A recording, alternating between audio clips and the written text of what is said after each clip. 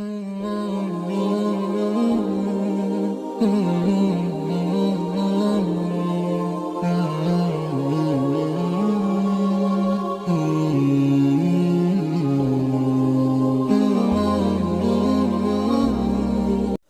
لله وكفى والصلاة والسلام على عباده الذين اصطفى أما بعد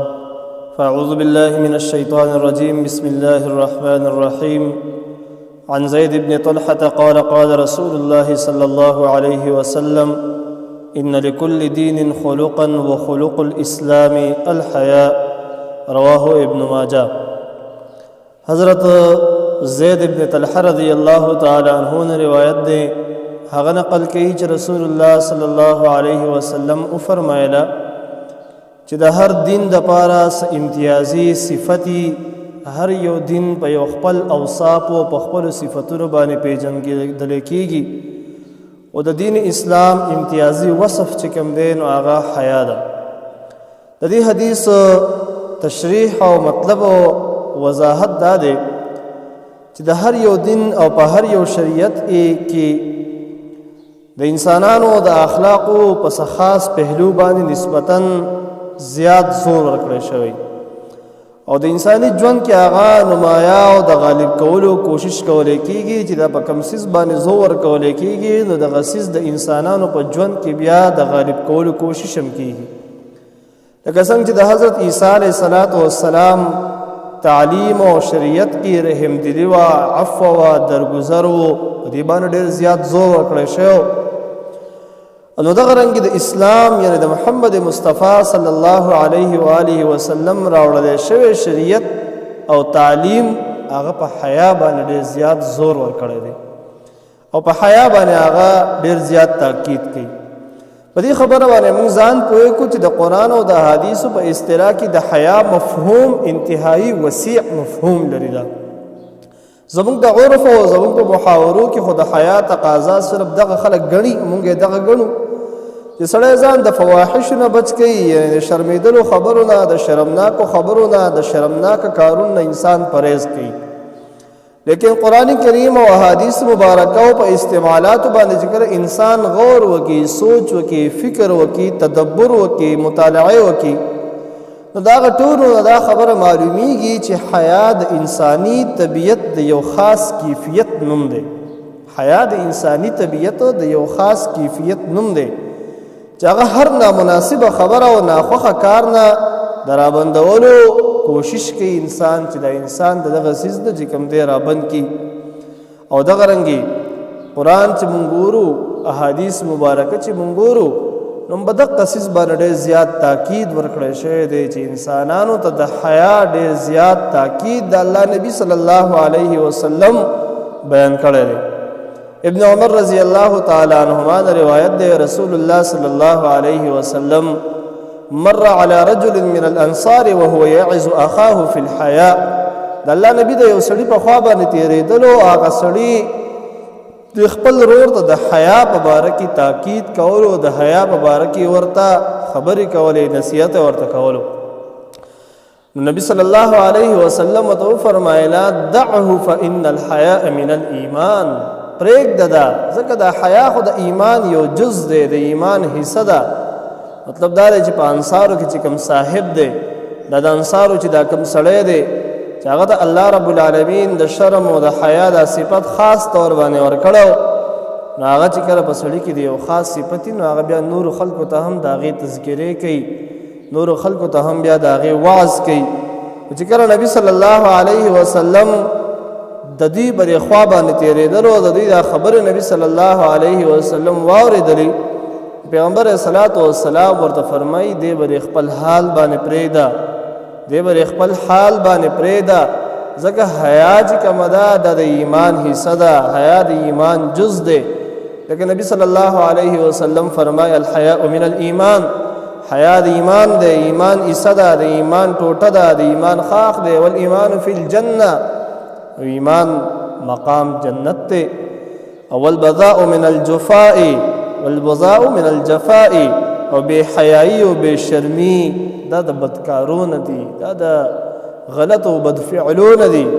او والجفاء فی النار، او دا بدی او دا ګناهونه او دا بدفعلی دا انسان بیا جهنم ته چې کوم دی رسوي. انسان چې کوم دی مقام بیا د هغه ته د جهنم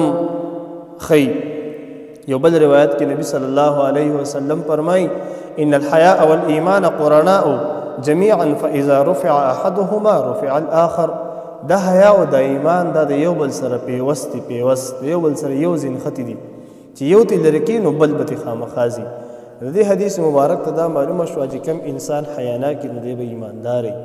چې کم سړی ایماندار وي نو دی به حیا نه کوي. داسې نشي کېدی چې یو سړي کې ایمان وي او حیا پکې نه وي. نو دا دواړه چې کوم دی د یو بل سره لازم او ملزوم دي. لکه نبی صلی الله علیه وسلم په یو موقع باندې صحابه کرام رضی الله تعالی عنهم اجمعین ته فرمایي استحیوا من الله، د الله نه حیا وکئ. صحابه کرام حیران شو، د الله رسول مونږ خو د الله نه حیا کوو، وایي نه څنګه چې د الله نه د حیا د کولو حق دی. ګورئ څنګه د الله نه د حیا د کولو حق دی. د الله پیغمبر د فرمایي فلیحفظ الرأس، د خپل سر حفاظت وکړه او د دې سر د چې ګیر چاپېره سر د دې حفاظت وکړه. سر کې سترګه ده، سر کې ژبه ده، خوله ده، غوږونه دي. د دې سترګو د دې ژبو د دې غوږونو د دې ټول اندامونو حفاظت وکړو. او بیا پیغمبر اسلام فرمایي د دې ګیډې حفاظت ته وکړه او د دې خواوشا چې سر دې ټول ورسه حفاظت وکړه. نو اوس مونږ او تاسو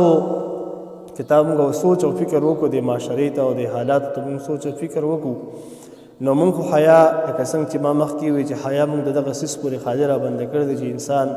بې شرمۍ خبره نه کوي او غلطې خبره نه کوي او شرمېدلې خبره نه کوي. بس موږ دا حیاناک دی نه. قرآن او حدیث چې د حیا کوم مفهوم پیش کړی دی انتهایی وسیع دی. ګورئ انتهایی وسیع دی. او په دې وجه باندې چې نبی صلی الله علیه وسلم فرمایلی استحیوا من الله، د الله نه حیا وکئ. نن زمونږ هغه ایمانونه او هغه حالات دې ځای ته رسېدلي دي چې مونږ په دې معاشره کې چې کله ګناه کوو نو مونږ وایو یاره څوک مونی ني. انسانانو نه پټېږو خو د هغه رب نه پټېږو. د هغه رب یره راسره نشته، د هغه رب احساس راسره نشته، د هغه رب شعور راسره نشته. کم رب چې راته په اسمانونو کې ګوري، کم رب چې راته د اسمانونو نه ګوري، کم رب چې مونږ اني، کم رب چې زمونږ اوري، د کم رب نه چې زمونږ پټېده نشته. نن د انسانانو نه حیا خو به وه خو د الله نه حیا نشته. او اوس حالات دې ځای ته راورسېده چې د الله نه هم حیا ختمه شوه، د انسان نه هم حیا ختمه شوه. ورځ ته ورځ بې حیایي چې کوم دی پروموټ کېږي، ورځ ته ورځ بې حیایي سیوا کېږي، ورځ ته ورځ بدکارۍ او بدپیالۍ او بې شرمۍ چې کوم دی په خپل عروج باندې دي. او خلک بیا په دې عرف کې او په دې ماحول کې په 14مه فروری باندې ویلنټاین ډے مناوي. الله چې ویلنټاین ډے څه ته وایي؟ د بې حیایۍ ورځ، د بې شرمۍ ورځ، د بدفعلۍ ورځ، د غیرت نه د ځان د خلاصولو ورځ، د بې غیرتۍ نه ډکه ورځ، د بې حیایۍ نه ډکه ورځ. دا ویلنټاین ډے، دا د ویلنټاین ډے صفت دی، دا د ویلنټاین ډے تعریف دی. حال دا دی چې موږ 14مه فروری دا د ویلنټاین ډے په نوم باندې نه مناوو، او چې څوک یې مناوي د هغه لاس به نیسو، د هغه په لار کې به رکاوټ جوړېږو. 14مه فروری دا د حیا ورځ ده،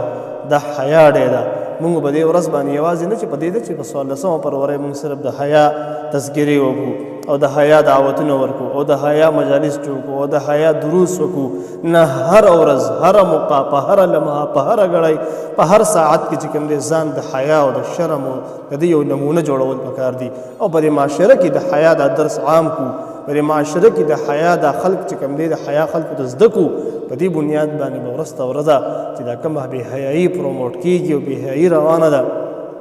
سوشل میډیا چې کوم دی په عروج باندې ده، او دغه بې حیایي چې کوم دی په سوشل میډیا کې هم بیا په عروج باندې ده، ډېره زیاته پکې چې کوم دی په هغې کې پروموټ کېږي او ډېره زیاته په هغې کې خورېږي او بلها کوششونه کېږي چې څومره د هغوی نه کېږي خپل کوشش کوي. خو لږ مونږ دې ته سوچ کړی دی چې مسلمان یم، د پیغمبر خدا محمد مصطفی صلی الله علیه وسلم امتی یم،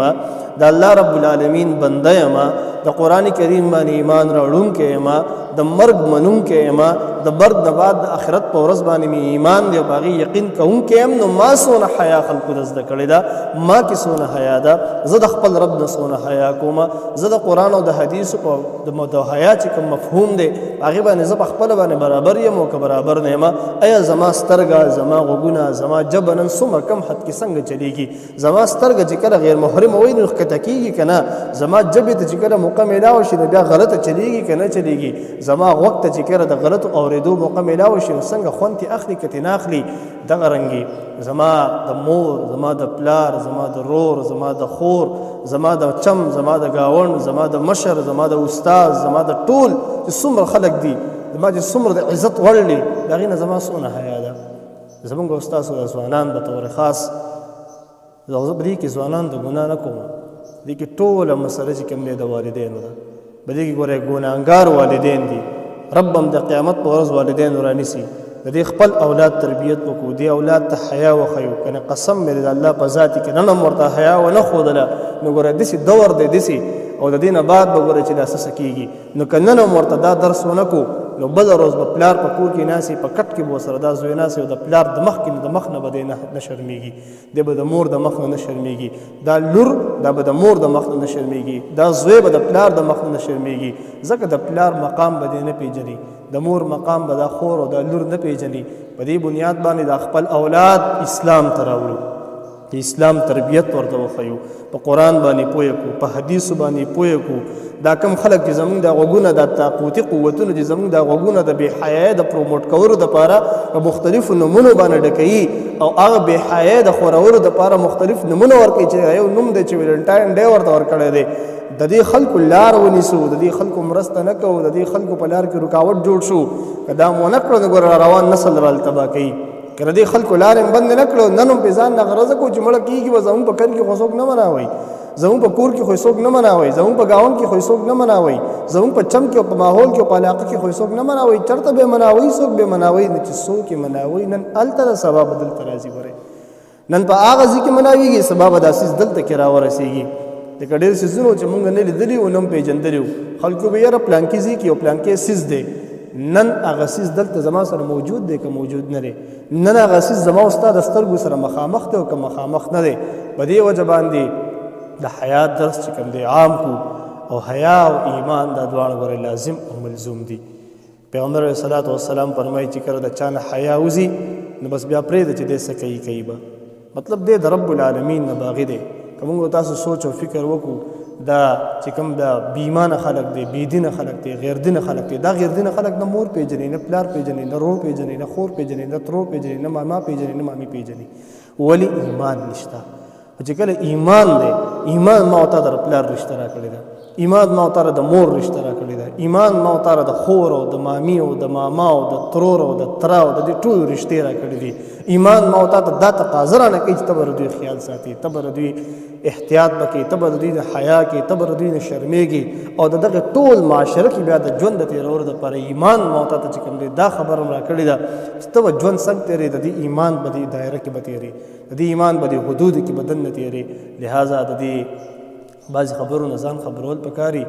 او د دې بعضې خبرو چې کوم دی روکتام هم کول پکاري په هره خبره باندې ځان ناغرضه کول هم نه پکار او هره خبره اګنور کول هم نه پکار ځکه که نن ما ځان ناغرضه کړو سبب زما بل ملګری ځان ناغرضه کړي بل ملګری ځان ناغرضه کړي موږ به ځان دغه شان هره خبره به اګنور کوو هره خبره به نظر انداز کوو او ورو به زما او ستا په ماحول کې دا سیس ډېر شي دا به سیوا شي لہذا د دې سیس چې کوم دی روکتاب وکړو الٰه العالمین دې زما او ستا د معاشره دا د حیا نمونه وګرځي الٰه العالمین دې زما او ستا د ملک په طور خاص دا د حیا یو کامل نمونه وګرځي د تمام احادیث د علامات او تاسو د عمل کولو توفیق را نصیب کړي اقول قولي هذا واستغفر الله لي ولكم ولسائر المؤمنين